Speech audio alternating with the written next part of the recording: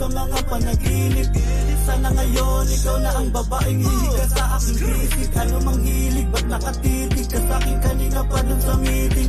Ikaw lang ang sigma na binigyan ng halaga. Sana nga ay madama mo na ikaw lang talaga. Sa mata ko pinakamaganda. Huwag ka na mangamba o mag-alangan pa, di natitingin pa sa iba. Ikaw na nga ang sigmang hinahanap, na po na dumating sa buhay ko na makasama sa aking